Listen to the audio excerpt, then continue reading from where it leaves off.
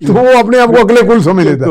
تو یہ ہمارے ہاں یہ بڑا ایک ایشو ہے کہ جو سیولین اس کی جو بیک اپ ہے, جو سیولین بیک گراؤنڈ ہے, جو سیولین بلٹ اپ ہے, اس پہ کلیئرٹی نہیں ہے. آپ نے ذکر کیا کہ ہمارے آرمی چیف اس وقت امریکہ میں ہے. جی اب یہ ملٹری ٹو ملٹری وزٹ ہے, یہ اس کی کیا نوعیت ہے وزٹ کی, کیا what is the objective of this visit. ٹھیک سی ابھی تو کمیونکے بھی نہیں آیا نا جی. جی بالکل, یہ کیا کرنے گئے ہیں, وہ کیا اچیو کرنے گئے ہیں.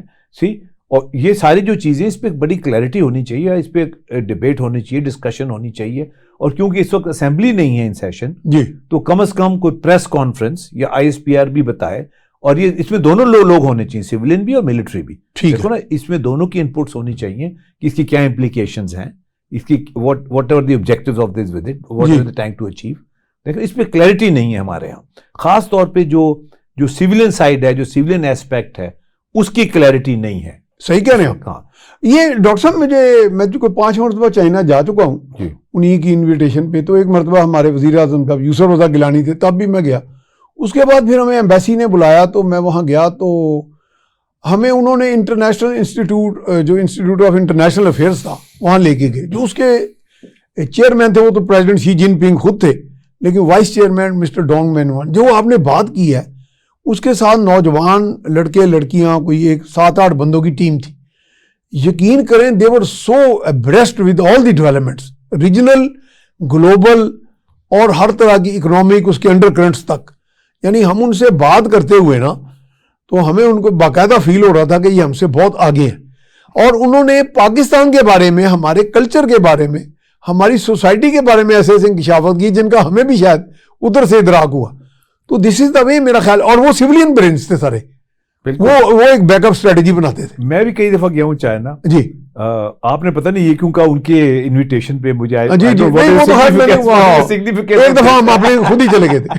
اچھا آپ بلاتے رہتے ہیں ویسے. اچھا اس معاملے میں اچھے. اچھا چلیں, تو میں بھی 3-4 دفعہ گیا ہوں چائنا. تو ایک فنکشن میں ہم گئے جو انڈسٹری لنکیجز کا تھا, کہ ریسرچ کو انڈسٹری تک کس طرح پہنچانا ہے, کیا لنکیجز ہونے چاہیے. تو جو ان کا ڈپٹی منسٹر تھا فار سائنس اینڈ ٹیکنالوجی, اچھا, اس نے چائنیز میں اسپیچ کی. ٹھیک. اور ہم اس کی ٹرانسلیشن سن رہے تھے. تو جب وہ ختم ہوئی تو میرے منہ سے کامنٹ نکلا کہ اس شخص کو صرف انگریزی نہیں آتی, باقی سب کچھ پتا ہے اس کو کیا کرنا. بالکل ریئلی ہی نیو ایگزیکٹلی کہ کیا فیوچر ہے. ان کا بھی مشن موٹو یہی ہے, نالج از پاور. ایگزیکٹلی. تو ہمارا تو یہ مشن شاید ہے ہی. تو میرا جو اسپونٹینیس نکلا ریمارک, میں نے کہا دیکھیں یہ اس کو ہر چیز کا پتا ہے, اس کو انگریزی نہیں آتی صرف. صحیح بات. اچھا, ہمارے آن دی ادر ہینڈ, جب میں سائنس فاؤنڈیشن کا چیئرمین بھی تھا, تو جو بیوروکریٹ, جو سیکرٹری صاحب تھے, وہ مجھے ہمیشہ کہتے ہیں ڈاکٹر صاحب آپ ہمیشہ انڈسٹری کی بات کرتے ہیں. سی آپ ریسرچ کی بات کم کرتے ہیں, انڈسٹری کی بات زیادہ کرتے ہیں. میں نے کہا جی ریسرچ کرنا تو یونیورسٹی کا کام ہے, وہ تو پھر HEC کو کرنے دیں. Why is this ministry called Ministry of Science and Technology? صحیح بات. آپ مجھے یہ بتائیں, ان کو نہیں پتا تھا. سی اب وہ ان کو انگریزی آتی تھی, نوٹنگ اچھی کرتے تھے, ڈرافٹنگ اچھی کرتے تھے, مگر ان کو یہ نہیں پتا تھا کہ اس منسٹری کے ویژن کیا ہے, سائنس اینڈ ٹیکنالوجی. میں نے کہا سر اس منسٹری کا کام ہے اس سائنس کو ٹیکنالوجی سے لنک کرنا اور انڈسٹری تک پہنچنا. یہ جب تک نہیں ہوگا اس منسٹری کا کوئی فائدہ نہیں ہے. تو آپ آپٹیمم ریزلٹس ہی نہیں لے سکتے. بالکل. تو آپ رپورٹیں لکھ لیں گے, پیپر لکھ لیں گے, مگر ایپلیکیشنز نہیں ہو. ایپلیکیشن نہیں. تو یہ بڑا ضروری ہے جی کہ یہ there has to be a complete chain for effective results. جب تک چین پوری نہیں ہوگی آپ نتائج برآمد نہیں کر سکتے. اچھا, اس میں why are we lacking in all this? ہمیں کوئی اس میں کوئی ایک تو ہمارے ہاں بڑے لاپ سائڈڈ ویوز بھی بڑے ہیں. ہمارے گورننس کا ماڈل ہی بڑا عجیب سا ہے کہ ہم یہ سمجھتے ہیں کہ صرف اور صرف ٹیکنوکریٹس ہی کر سکتے ہیں, یا جرنلسٹ جو ہیں وہ نہیں کر سکتے, یا یہ نہیں کر سکتے. ہم ہر وقت ایک کنفیوژن کا شکار رہتے ہیں, ایک کوہیزونیس نہیں ہے ہمارے پلاننگ میں. دیکھیں جی یہ بڑا اچھا آپ کے سب دیکھیں 2-3 اس کی جو میرا انالیسس ہے. وہ ڈگلس گریسی جو آخری برٹش جنرل جو چیف تھے, جو آرمی چیف تھے, CNC تھے اس زمانے میں, CNC کہلاتے تھے. وہ جب جانے لگے تو انہیں جنرل عتیق الرحمان کو یہ کہا, اور عتیق الرحمان اپنی کتاب آٹو بایوگرافی میں اس میں لکھتے ہیں. عتیق الرحمان کہتے ہیں جب وہ جانے لگا تو اس نے مجھے کہا کہ ہم تو اب جا رہے ہیں تو تم سارے ادارے تباہ کر دو گے. تو عتیق الرحمان نے کہا وائی, میں سینڈرس کا گریجویٹ ہوں, میں نے سیکنڈ ورلڈ وار لڑی ہے, ایوارڈ لیے ہیں, یہ ہے. اس نے کہا no no no, I am not talking about technical competency. تم لوگ فیوریٹزم, نیپوٹزم میں تباہ کر دو گے سارے ادارے. Exactly what we have. Merit اب جب آپ نے میرٹ کمپرومائز کرنا شروع کر دیا تو آپ you had it. Number 1. Number 2 بات یہ ہے کہ دیکھیں, میں نے اسٹڈی کیا امریکن سسٹم کو بھی, ہمارے سسٹم کو بھی, ہمارے سسٹم میں ابھی بھی کلونیل ایٹیٹیوڈز بہت ہے. ریزلٹ اورینٹیشن نہیں ہے. ایک کلونیل ایٹیٹیوڈ, کنٹرول, صاحب بہادر کا کنسپٹ ہے, کنٹرول زیادہ ہے, ریزلٹ اورینٹیشن کم ہے. اچھا, ایک اور چیز بڑی انٹرسٹنگ, میں نے اس پہ آرٹیکل بھی لکھا ہے کہ اوور آل سپرویژن کوئی نہیں ہے.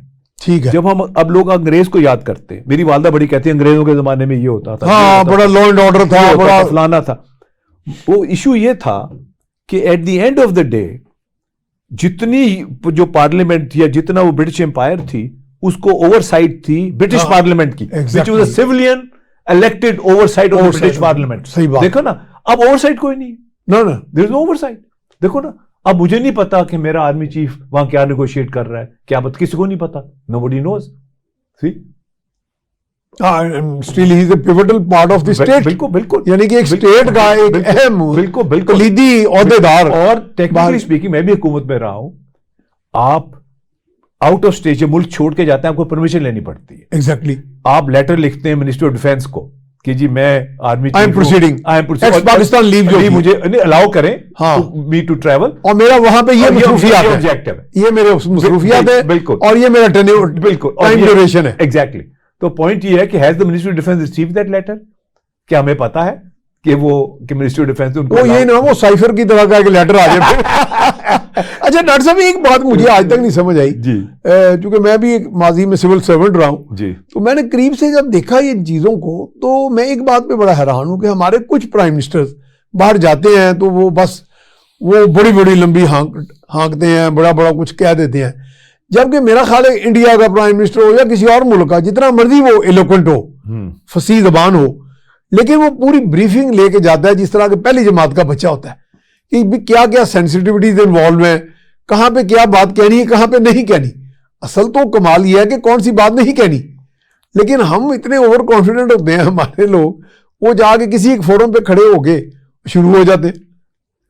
نہیں جی, وہ ہمارے ایک چیز اور ہوتی ہے کہ ہمارے زیادہ تر, سب نہیں, زیادہ تر جو لیڈر جاتے ہیں وہ فوٹو شوٹ ہوتی ہے اصل میں, جو کمپنی کی مشہوری ہوتی ہے. وہ اپنی کمپنی کی مشہوری ہو رہی تھی کہ لو جی صدر صاحب سے, امریکن صدر نے ہاتھ ملایا, تصویر کھینچائی ہے اس کے ساتھ. سی, تو آبجیکٹیوز ان کے بھی کلیئر نہیں ہوتے, ٹھیک ہے نا. دس از دی باٹم لائن. تو یہ جب تک آپ کلیئرٹی سے نہیں جائیں گے اور آپ اپنے ملک کے انٹرسٹ آپ لے کے نہیں جائیں گے, اور آپ کو کلیئرٹی نہیں ہوگی کہ میں نے کیا سیکھ کرنا ہے, کیا میرا انٹرسٹ ہے, کیا آبجیکٹو ہے میرے وزٹ کے, تو نیچرلی آپ وہ چیزیں اچیو نہیں کریں گے. اس پہ بڑی کلیئرٹی ہونی چاہیے نا, آپ کیا چاہ رہے ہیں اچیو کرنا. چلیں سر, آپ چونکہ ہم انٹرنیشنل پلیٹ فارمز کی بھی بات کر رہے ہیں, تو United nation, do you think United nation has achieved some of its objectives, کوئی بھی, یا وہ ٹوٹل فیلئر کی طرف, کولیپس کی طرف جا رہی ہے؟ تو لیگ آف نیشنز کو بھی پس منظر سامنے رکھیں نا آپ. دیکھیں جی, ایک تو چیز یہ ہے کہ گڈ اور بیڈ, یہ تو فیکٹ ہے کہ آفٹر 1945 ورلڈ وار نہیں ہوئی.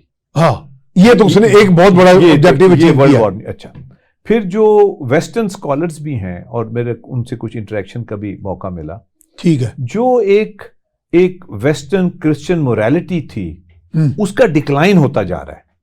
ٹھیک. اب وہ جس طرح, and it started with Iraq, جب عراق پہ اٹیک کیا گیا, یونائٹڈ نیشن نے سینکشن کیا اٹیک, اور اس میں جھوٹ بولا گیا کہ ویپنز آف میس ڈسٹرکشن اور وہ ہے. ٹھیک ہے. تو یہ جو جھوٹ بولنا, مس لیڈ کرنا, اور اس طرح اٹیک کرنا, ملکوں کو جا کے تباہ کرنا, جب وہ بارک اوباما پریزیڈنٹ بنے امریکہ کے, تو لوگوں کا خیال تھا کہ اب یہ, اور انہوں نے پہلی اپنی اسپیچ الادر یونیورسٹی میں جا کے کی, تو لوگوں کا یہ خیال تھا کہ یہ نیو ایرا ہوگا of understanding between the east and the waste.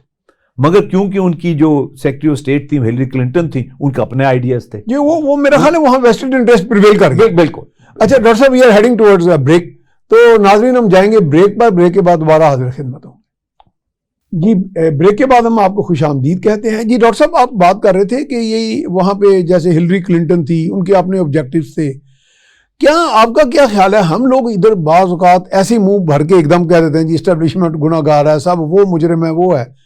Pentagon کا ان پٹ یا پینٹاگون کا بھی جو ایک باقاعدہ وہاں پہ بڑا فورسفل ان پٹ ہوتا ہے, اور وہ بھی بیکڈ اپ بائی وہ تھنک ٹینکس اور اسٹریٹجسٹ جو ہوتے ہیں, تو میرا خیال ہے کہ وہاں بھی اس کو نظر انداز نہیں کیا جا سکتا. دیکھیں جی امریکہ میں جب میں پہلی دفعہ گیا تو میں جب وہ ایلس آئلینڈ گیا جہاں اسٹیچو آف لبرٹی ہے, وہ سارا ملک بیسڈ فریڈم پہ, ہاں یہ ہے ان کا land of the free and the bold, land of the free and the bold. Point یہ ہے کہ امریکہ میں جو وہاں عام شخص ہے, میں ورلڈ وائڈ بات نہیں کر رہا ہوں, انٹرنل بات کر رہا ہوں, وہ فریڈم ڈریون ہے, نو ڈاؤٹ. جس دن وہ آزاد ہوئے انہوں نے اس دن انگریز کی ہر چیز ختم کر دی. ان کا جی یہ کلونیل قانون تھے, یہ ہمیں ایکسیپٹیبل نہیں ہے, اور یہ ہمارا سجن نہیں تھا, اس نے ہمیں ایکسپلائٹ کیا تھا, اور لہٰذا آج سے انگریز کی ہر چیز ختم. اور میں کل ٹی وی میں ڈیبیٹ سن رہا تھا کہ 1923 کا جو ایکٹ ہے, انفارمیشن ایکٹ, اس کے مطابق مقدمہ چل رہا ہے سائفر کا. مطلب دس از اے جوک, اس سے بڑا وہ جو آفیشیل سیکرٹ ایکٹ ہے وہ بڑا پرانا ہے. 1923 ہاں بہت پرانا ہے. 1923 میں جب سائنس فاؤنڈیشن میں تھا تو وہ ہمارے کوئی امپلائی تھا, اس کی کوئی سیٹنگ تھی سیکرٹری صاحب سے, تو میں نے ان کے خلاف ایکشن لیا, تو انہوں نے اس کو پرائم منسٹر سیکریٹریٹ میں بھیج دیا. تو میں نے کہا جی یہ تو ہمارا امپلائی, آپ نے کس طرح بھیج دیا پی ایم سیکریٹری؟ اور آپ کا تو سائنس فاؤنڈیشن کو آٹونومی تھی, آپ کے پاس آٹونومی تھی. میں نے کہا آپ نے کس طرح بھیج دیا؟ تو وہ کہنے لگے, اور میں نے کہا اچھا جی اگر یہ اتنا امپورٹنٹ ہے پرائم منسٹر سیکریٹریٹ کے لیے تو اس کو ابزارو کر لیں, ہم کوئی اور رکھ لیں گے بندہ, ہمارے تو ایڈمنسٹریشن کا بندہ ہے وہ, ہمیں we really it's not a scientist. تو انہوں نے مجھے ایک آرڈیننس بھیجا سیکرٹری صاحب نے, جو 1970 میں آرڈیننس ایشو ہوا تھا کہ جب لوگ ایسٹ پاکستان نہیں جاتے تھے so the president could send anybody anywhere. وہ ابھی تک لاگو تھا, وہی میں نے کہا, انہوں نے مجھے بھیج دیا. اچھا میں گیا آرڈیننس لے کے, ساتھ میں 73 کا کانسٹیٹیوشن بھی لے گیا. میں کہا سیکرٹری صاحب آپ کو نہیں پتا 73 کا کانسٹیٹیوشن پاس ہو گیا؟ کمال ہے. آرڈیننس کی تو میں کہا ختم, وہ تو لیپس ہو جاتا ہے. میں کہا جب کانسٹیٹیوشن پاس ہو گیا 73, آرڈیننس اسٹینڈ لیپس. مجھے 1970 کا یہ آرڈیننس کیوں دکھا رہے؟ آئی ایم این ایجوکیٹڈ مین, یہ مجھے اب چکر مت دے.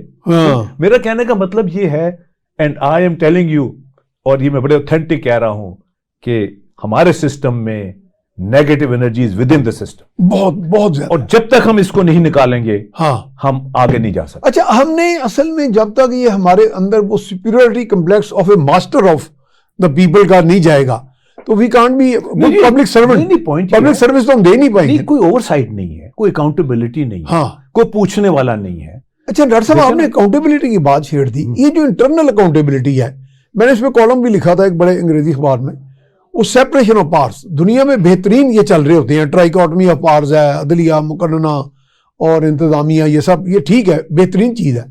لیکن ہمارے ہاں کچھ ایک دو ادارے یا پلرز جو ہیں وہ اتنے منہ زور ہو گئے ہیں کہ جی ہمیں تو انٹرنل اکاؤنٹیبلٹی, ہمیں تو کوئی پوچھ نہیں سکتا.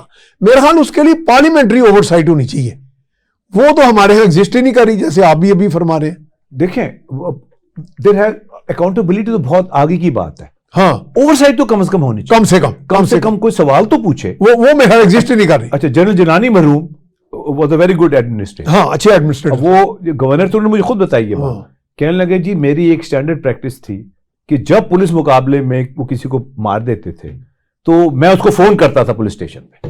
ٹھیک ہے, کہتا کچھ نہیں تھا, میں فون کر پوچھتا تھا ہاں بھائی یہ آپ نے پولیس مقابلے میں ہوا ہے, یہ مجھے اس کی رپورٹ بھیج دیں بس. کہتا even that was a restraint. ان کو پتا تھا کہ اگر پولیس مقابلے میں ہم نے کسی کو مارا تو گورنر ہاؤس سے فون ضرور آئے گا, ہاں, اور آئندہ کے لیے وہ ڈیٹرنس بن. ایگزیکٹلی ٹھیک ہے. تو یہ میرے کہنے کا یہ پریکٹس ہم نے بالکل چھوڑ ہی دی ہے. نہیں, کیونکہ پبلک انٹرسٹ کوئی واچ نہیں کرتا. لیکن there is no oversight, nobody is watching public interest. اور یہ پیچھے 85 کے بعد یہ ٹرینڈ شروع ہوا ہے کہ public welfare, public interest, common good جو ہے اس کی کوئی اہمیت نہیں, gone to the back burner, بالکل کوئی اہمیت نہیں. لیکن ڈاکٹر صاحب میں یہی تو کہہ رہا تھا کہ مثلا چلے ہم نام لے لیتے ہیں, مثلا عدلیہ وہ کہتی ہے جی ہمارا کوئی احتساب نہیں کر سکتا, اسٹیبلشمنٹ کہتی ہے ہم اپنا خود کریں گے.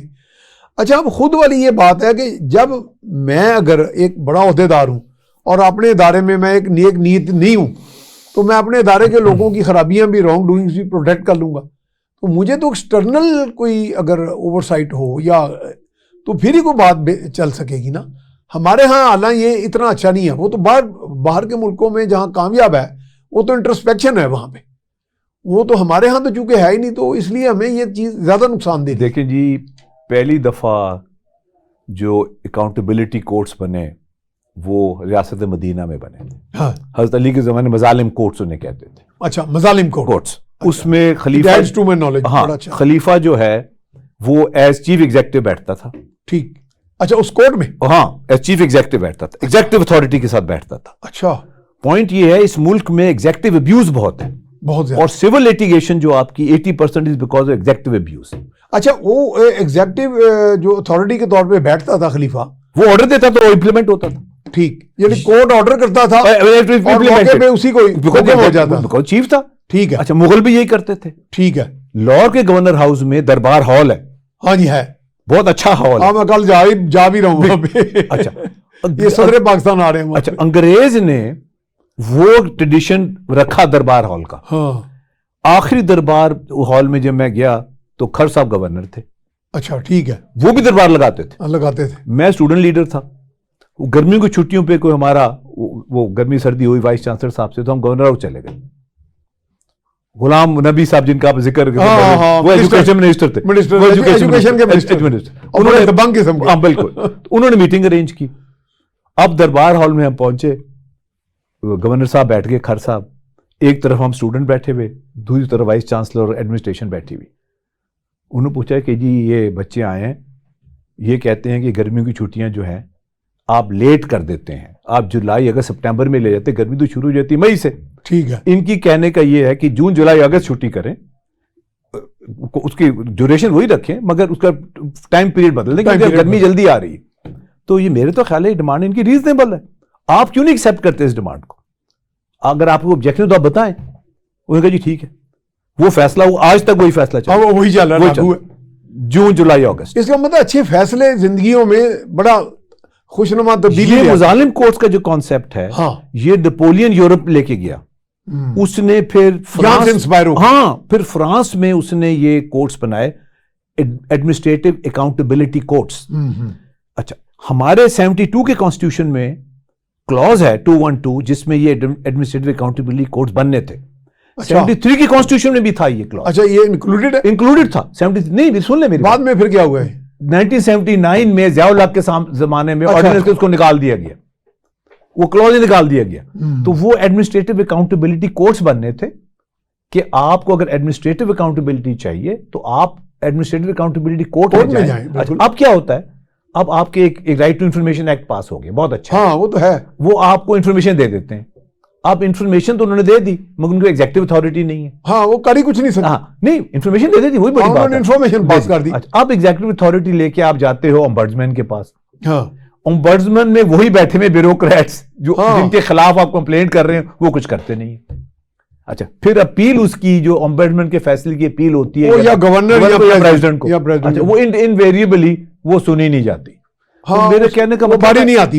وی are not taking accountability seriously. ہم عام آدمی کے جو ایشوز ہیں ہم اس کو ریزالو کرنے کے لیے تیار نہیں ہیں. اچھا ڈاکٹر صاحب, ایک بہت بڑا رشتہ زخم جو فلسطین کا بھی ہے, کشمیر کا بھی ہے, وہ یہ جو ابھی انڈین سپریم کورٹ نے کام کیا ہے, کیا اس کو judicial murder of Kashmir cause نہیں کہیں گے؟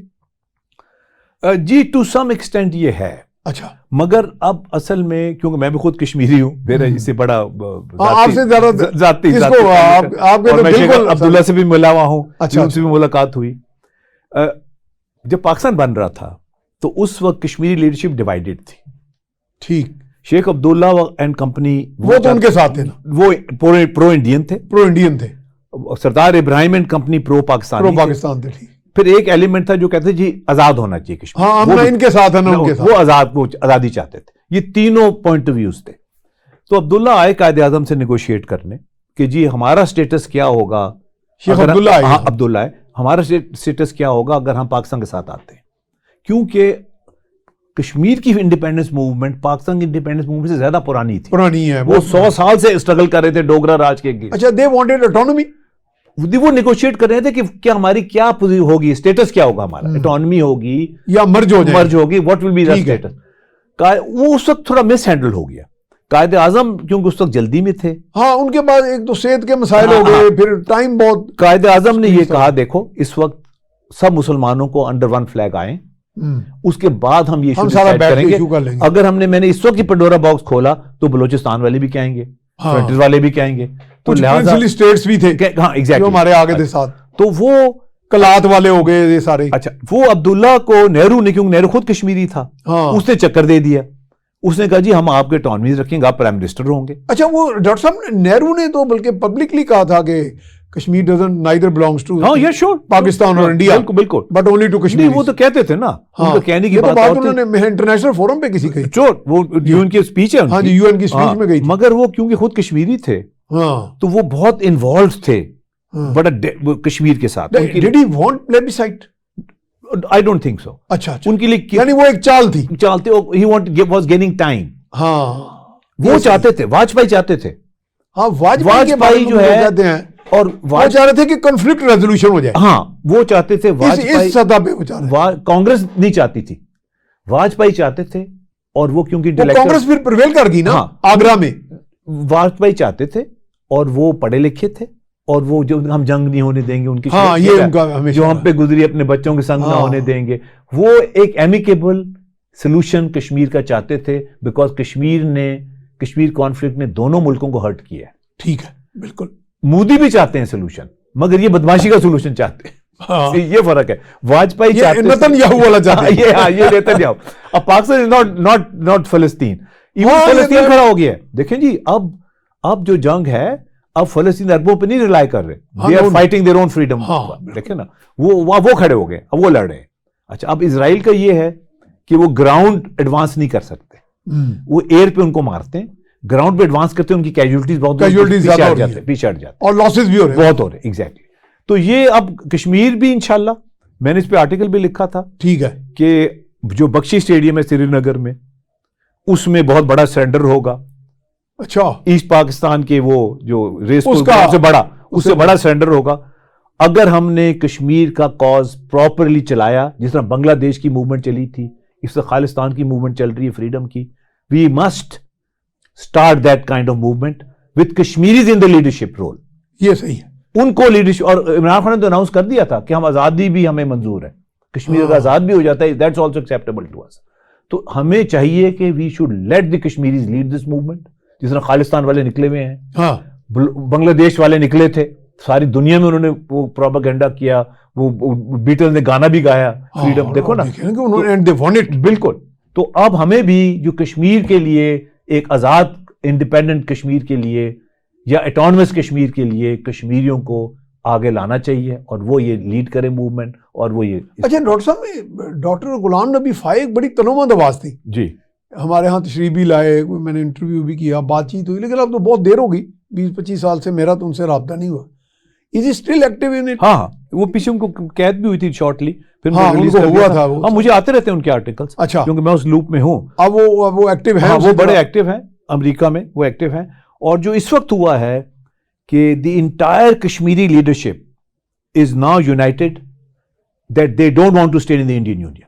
وہ ختم ہو گیا, جو انڈیا کے ساتھ تھا نا الحاق ان کا, اور یہ سپریم کورٹ نے اس کو ختم کر دیا. اب انڈیا کے ساتھ ان کا جو ایک الحاق تھا وہ ختم ہو گیا. اب تو الحاق رہا ہی نا, ختم ہو گیا. تو ایک طرح انہوں نے اپنی طرف سے بالکل گو کہ کانسٹیٹیوشنل مینز ہیں, لیکن مرج کر گیا. یہ انہوں نے اسرائیل کا فارمولا اختیار کیا. ہاں سیٹلمنٹس بھی, ڈومیسائل بھی چینج کر رہے ہیں نا جی, ڈیموگرافی. یہ اگر نیتن یو خطا فال ہو جاتا ہے تو that will be a big gain for Kashmir, کیونکہ مودی صاحب جو ہیں یہ نیتن یاہو کے اس پہ فارمولے پہ چل رہے ہیں, اور جو 35A بھی انہوں نے ختم کیا, اب یہ پاپولیشن ڈائنامکس چینج کرنا چاہتے ہیں. لیکن یہ اچھا ڈاکٹر صاحب, اس کی کوئی لیگل آپشنز نہیں ہے ہمارے پاس کہ کانٹ وی پرسیو؟ میرے خیال کہ وہ ریزولوشن تھی, تو ایک ہمارا UN چارٹر کا چیپٹر 6 ہے, چیپٹر 7 ایک تو بائنڈنگ ہوتا ہے. ویسے میں نیو یارک میں تھا, تو ان دنوں ملیحہ لودھی ہماری پرماننٹ ریپرزینٹیو نے, تو میں نے ملیحہ صاحبہ سے پوچھا, میں نے کہا ملیحہ ڈاکٹر صاحب یہ بتائیں کہ چیپٹر 7 کے تحت وہ مشرقی تیمور میں باقاعدہ انفورس کیا گیا کہ باقاعدہ یونائٹڈ نیشنز کا فیصلہ سیکورٹی کونسل کا, تو ایسٹ تیمور میں, تو why doesn't it happen in Kashmir? یہ تو چیپٹر 6 میں ہے, وہ کہیں گے دونوں بائنڈنگ ہے. ہاں نہیں بالکل صحیح ہے, بائنڈنگ تو ہے وہ. ہاں بالکل بالکل, میرا خیال ہے ریزولوشن وہ بائنڈنگ ہے. ہمیں انٹرنیشنل کورٹ میں بھی جانا چاہیے اس کو. اچھا ڈاکٹر صاحب we are heading towards a break. جی ناظرین آپ جائیں گے بریک پر, بریک کے بعد دوبارہ حاضر خدمت. جی ڈاکٹر صاحب آپ وہ بتا رہے تھے کشمیر کا جو. جی اچھا ڈاکٹر صاحب مجھے 2-3 مرتبہ جانے کا اتفاق ہوا جب یونائٹڈ نیشنز, تو اس کی سائڈ لائنز پہ ہم لوگوں کو ملتے ہیں, وہاں پہ مجھے لگ رہا ہے کہ ابھی ہمیں بہت کام کرنے کی ضرورت ہے. لوگوں کے اندر کافی حد تک ابھی وہ کلیئر نہیں ہے یہ کنسیپٹ کہ what is the actual issue of Kashmir.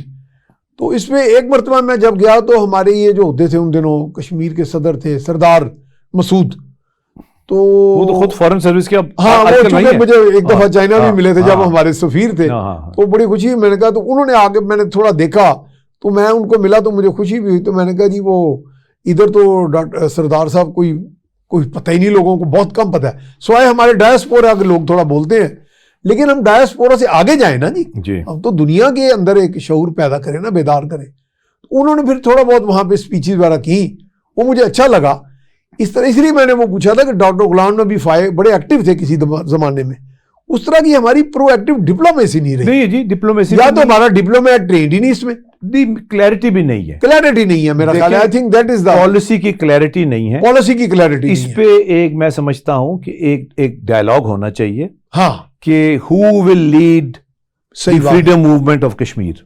ٹھیک ہے, میں سمجھتا ہوں Kashmiris should lead the freedom movement of Kashmir. No doubt about it. Because Kashmir belongs to the Kashmiris. No doubt about it. میں انڈین ٹیلی ویژن جو میں جاتا ہوں ان کو میں پہ یہی کہتا ہوں, میں کہ جی Kashmir belong to the Kashmiris. Kashmiris. They have to lead this movement. دیکھو نا خالستان کی موومنٹ اس وقت چل رہی ہے, ہاں وہ بڑی اچھی چل رہی ہے. میں نے اس دن انٹرویو کیا کہ سردار جوگا سنگھ بالکل خالستان کے, بالکل دیکھا نا بڑی کلیئرٹی. اچھا وہ ڈاکٹر صاحب بتا رہے تھے بڑے بڑے مظالم انہوں نے جو ایکسپوز کیے ہیں. بالکل جی اتحاد جیل اور پتہ نہیں جیلوں کے نام لیے, انہوں نے کہا جی کہ without presenting them before the magistrate ان کو پروڈیوس کیا ہی نہیں جاتا کورٹ میں, اور 13-14 سال سے they are languishing in jails. مگر وہ highlight same is the fate of Kashmiri. بالکل بالکل, مگر وہ ہائی لائٹ کر وہاں تو ہاف وڈوز اتنی ہے, بالکل بالکل بالکل, انفورس ڈس اپیرنسز اتنی ہے, بالکل بالکل, کریک ڈاؤن, کلیمپ ڈاؤن, سیج, پتہ نہیں کیا کچھ.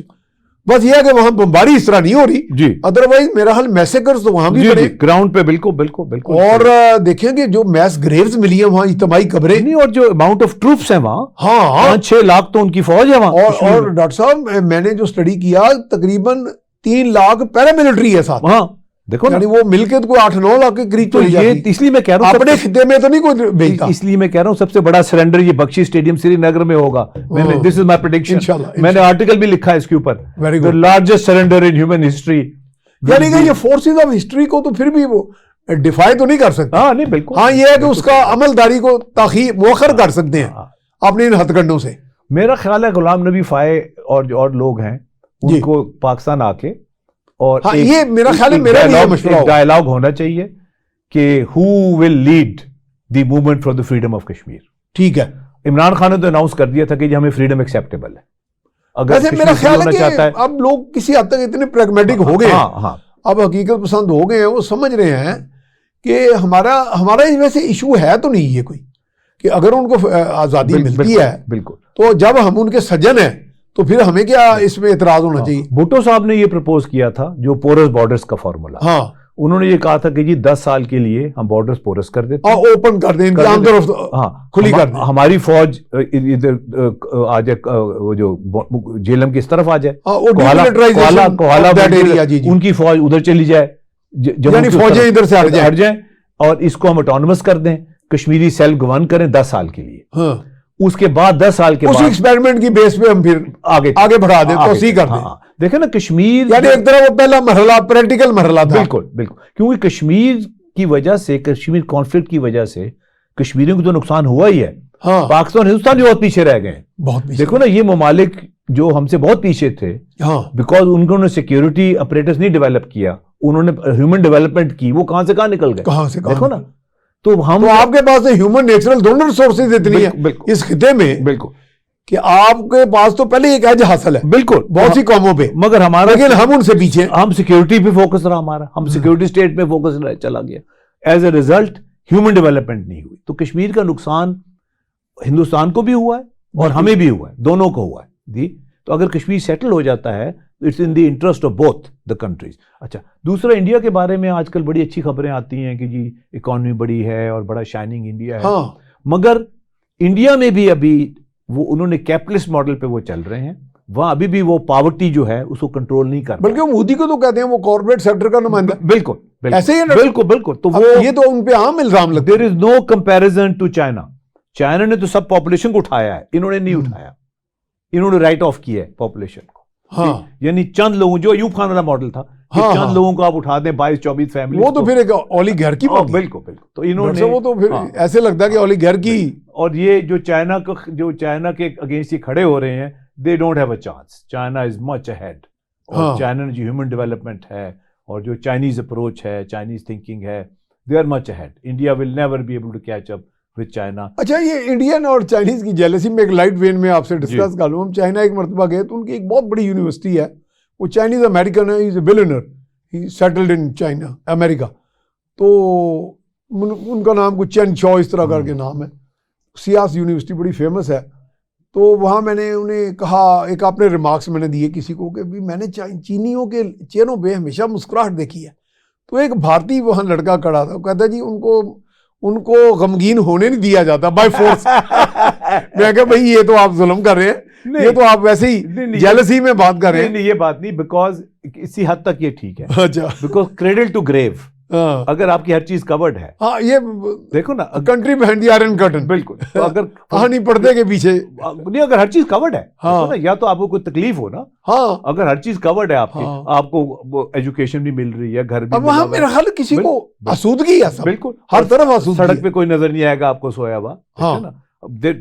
جب آپ کی ہر چیز کورڈ ہے, جس طرح ویلفیئر اسٹیٹس ہیں, 5 جو ویلفیئر اسٹیٹس ہیں, اب وہاں ٹیکس بہت زیادہ ہے. ہاں جی. تو انہوں نے کئی دیر ریفرینڈم کرایا کہ جی ہم ٹیکس کم کر دیتے ہیں اور فیسلٹیز بھی کم. ان کا جی نہیں تھینک یو, ہم اس طرح ٹھیک ہے, آپ ٹیکس لیں because you are doing everything for us. ہاں ان کو پروٹیکشن ہر طرح کی سوشل پروٹیکشن ہے, آپ کو طب کے شعبے میں رسائی ہے, ہر طرح کی کریڈل ٹو گریو, پیدائش سے لے کے قبر تک you are taken care of. Singapore میں بھی یہی ہے, it's all chord.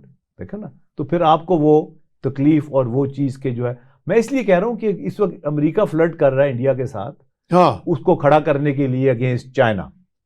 India is no match to China. ہاں نہیں, انڈیا کوئی میچ نہیں ہے. اور وہ جس کو کہتے ہوئے تم جس کے دوست دشمن اس کا آسماں کیوں ہو, امریکہ نے انڈیا کو بھی مروا دینا ہے. ہاں یہ تو ہے. تو ڈاکٹر صاحب آپ where do you C pack going now? C pack اب کہہ رہے ہیں فیز 2 اس کا شروع ہو رہا ہے جی, تو اس میں کوئی کام اب ہو رہا ہے؟ دیکھیں جی, میں تو کہہ رہے تھے کہ انڈسٹریل زونز جو ہیں وہ, میں تو بہت سپورٹ کرتا ہوں جی سی پیک کو. I am in favour of CPEC. اچھا. اور خاص طور پہ ML1 جو ہے, جو یہ ریلوے کا جو ہے, اس کو میں بھی انوالو رہا ہوں اس میں ٹو سم ایکسٹینٹ. صرف یہ ہے کہ انویسٹمنٹ جو ہیں وہ ہم نہیں کر سکتے. China has to invest. اب جو ریلوے لائن بچھے گی, ML1 ٹریک, ریلوے ٹریک بچھے گا, وہ اس کی قیمت کو $2 بلین. ہاں جی. اب ہمارے پاس $2 بلین نہیں ہے. یا تو چائنا انویسٹ کرے جو $5-6 بلین اس کے اندر, یا چائنا ہمیں جوائنٹ وینچر کر کے کم از کم ریلوے ٹریک یہاں بنائے, ہماری اسٹیل مل ریوائیو کریں, وہاں ریلوے ٹریک بنے, اور وہ جو $2 بلین جو instead of giving to China, اس $2 بلین سے ہم اب ریلوے ٹریک جو ہے اپنا خود بنائیں. تو ہمیں چائنا سے جو ریلیشن شپ اسٹیبلش کرنی, because we don't have money. دیکھو ہم ایسے نہیں ہے, ہمیں انویسٹمنٹ, چائنا کے انویسٹمنٹ حقیقت ہے, اس کو مان لینا چاہیے. بالکل. تو I think China should invest in all these projects, اور یہ لانگ ٹرم پروجیکٹس ہیں, چاہے بلٹ آن ٹرانسفر کے بیسس پر ہی کریں, because we don't have the money. اب $2 بلین کی ریلوے ٹریک ہے, اب اگر ہم چائنا سے خریدیں گے تو وہ پیسے واپس چائنا چلے جائیں گے. ہاں دیکھو نا, اگر چائنا کو چاہیے یہاں آئے, ان کو ڈیولپ کریں, اور وہ بن سکتا ہے, ایسی بات نہیں. اٹس اے اسپیشل اسٹیل جس سے ریلوے ٹریک بنتا ہے, وہ یہاں بن سکتا ہے, ہماری اسٹیل مل ریسٹور ہو سکتی ہے. سی اچھا ڈاکٹر صاحب, یہ جو ہماری اسٹیل مل ہے وہ کہتے ہیں اب آؤٹ ڈیٹڈ ٹیکنالوجی ہے, وہ ساری نہیں ریوائیو ہو سکتی ہے؟ بالکل ہو سکتی ہے. میری رشین ایمبیسڈر سے بھی ہوئی تھی بات, وہ کہتے ہیں بالکل تیار ہے ریوائیو کرنے کے لیے. اچھا. ہاں, اصل میں جو تھوڑی سی موڈیفکیشنز ہوں گی اس میں, تبدیلیاں ناٹ مچ. دیکھیں جو یعنی وہ بیسک تو وہی رہیں گی مشین. میری تو یہ فیلڈ ہے, آئی ایم اے میٹلرجسٹ بیسیکلی. ٹھیک. دیکھیں میں میٹلرجسٹ بنا اسی لیے تھا بیکاز آف دا اسٹیل مل. ٹھیک. اچھا دیکھیں, جو بلاسٹ فرنس ہے, جو اسٹیل میکنگ جس میں لوہا بنایا جاتا ہے اور سے, کراچی میں جو لگا ہوا ہے, وہ جو لین اورز ہوتی ہیں, جو کمزور اورز ہوتی ہیں, وہ آج بھی اس کے لیے بلاسٹ فرنس استعمال ہوتی ہے. اچھا ٹھیک ہے. جو ہائی گریڈ اورز ہوتی ہیں اس کے لیے آپ ڈائریکٹ ریڈکشن کر سکتے ہو. ٹھیک ہے. ہماری ہائی گریڈ اور جو ہے وہ چنیوٹ میں ہے. ہاں چنیوٹ میں ہم میں نے کئی دفعہ پرپوز بھی یہ کیا ہے کہ ڈاکٹر چنیوٹ صاحب میں چائنا ہم سے کچھ منگواتا ہے آئرن اور. بالکل انہوں نے مجھے بتایا تھا وہ تو لے رہے ہیں جی. ہاں. چائنا تو وہ آئرن اور کیا تانبا ہمارے لے جا رہے ہیں صندوق کا. ٹھیک ہے. سی اب ریکوڈک میں بھی فورن انویسٹمنٹ آ رہی ہے, وہ تو ہمارے لے جا رہے ہیں. وہ تو دیکھا نا مائننگ کر کے وہ لے جاتے ہیں, کانسنٹریٹ بناتے ہیں وہ لے جاتے ہیں. پوائنٹ یہ ہے کہ ہم چنیوٹ میں ہم ڈائریکٹ ریڈکشن جو نئی ٹیکنالوجی سے اسٹیل میں لگا سکتے ہیں.